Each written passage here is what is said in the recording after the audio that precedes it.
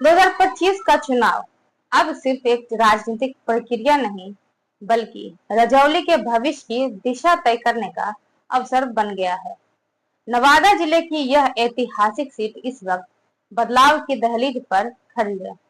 नमस्कार, आप देख रहे हैं नेशनल न्यूज लाइव 24 और मैं हूं आपके साथ रूबी। बात करें रजौली विधानसभा सीट की, तो अनुसूचित जाति के लिए सीट आरक्षित मानी जाती है।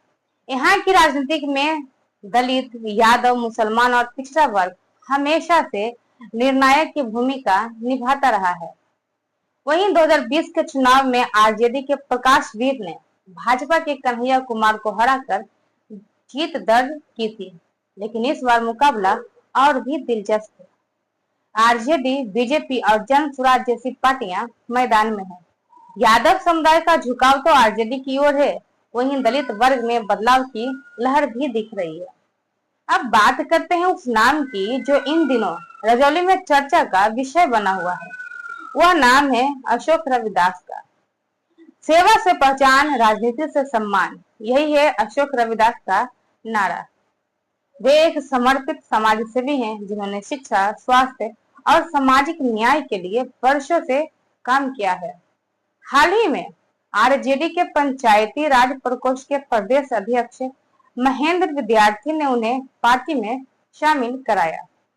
कौशल यादव के करीबी माने जाने वाले अशोक रविदास को पार्टी ने आगामी कार्यक्रमों में उम्मीदवार के रूप में संभावित न्योता भी दिया है।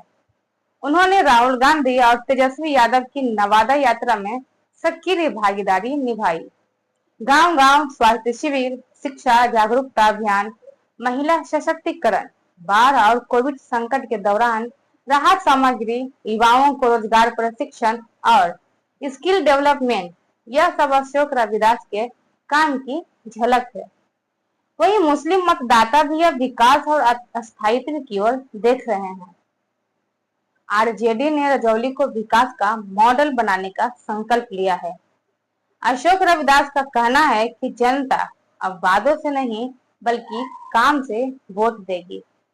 आइए जानते हैं उनके अनुसार रजौली किन समस्याओं और अवसरों से जुड़ा हुआ है।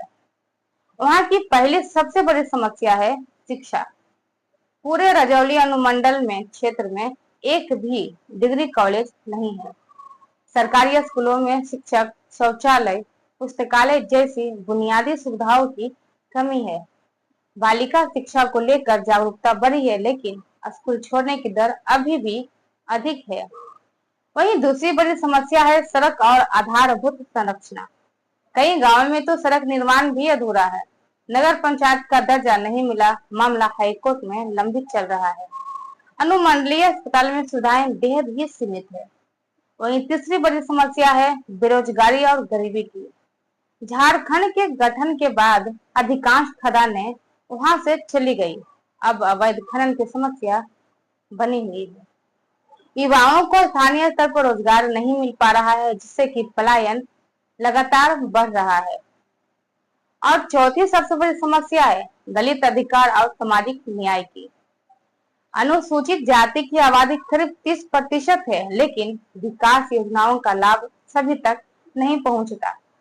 दलित समुदाय राजनीतिक रूप से जागरूक हो रहा है और अपने अधिकारों को लेकर मुखर हो रहा है, लेकिन इसके साथ ही अशोक रविदास का विजन आगे की दिशा भी दिखाता है।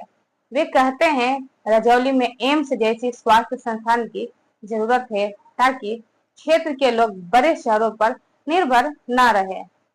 सिखों के पवित्र स्थल को देश और विदेश तक पहचान दिलाना हमारी प्राथमिकता होगी, जिससे कि यहाँ की आस्था और आर्थिकी दोनों मजबूत बने। सप्तऋषि पर्वत को पर्यटन के लिए विकसित करके रजौली को बिहार के मानचित्र पर नया स्थान दिलाना जरूरी है। इससे युवाओं को रोजगार भी मिलेगा और इनके पलायन की भी रुकेगा। आरजेडी की ओर से पंचायत स्तर पर कार्यकर्ता सम्मेलन, जन संवाद यात्रा और विकास संकल्प पत्र जारी करने की तैयारी की जा रही है। वहीं पार्टी का फोकस शिक्षा और स्वास्थ्य पर, साथ ही निवेश, सड़क और बिजली की स्थिति सुधारना और युवाओं को स्थायी रोजगार देना भी है। फिलहाल तो रजौली में चुनावी हलचल तेज है और देखना होगा कि इस बार जनता किसे मौका देती है?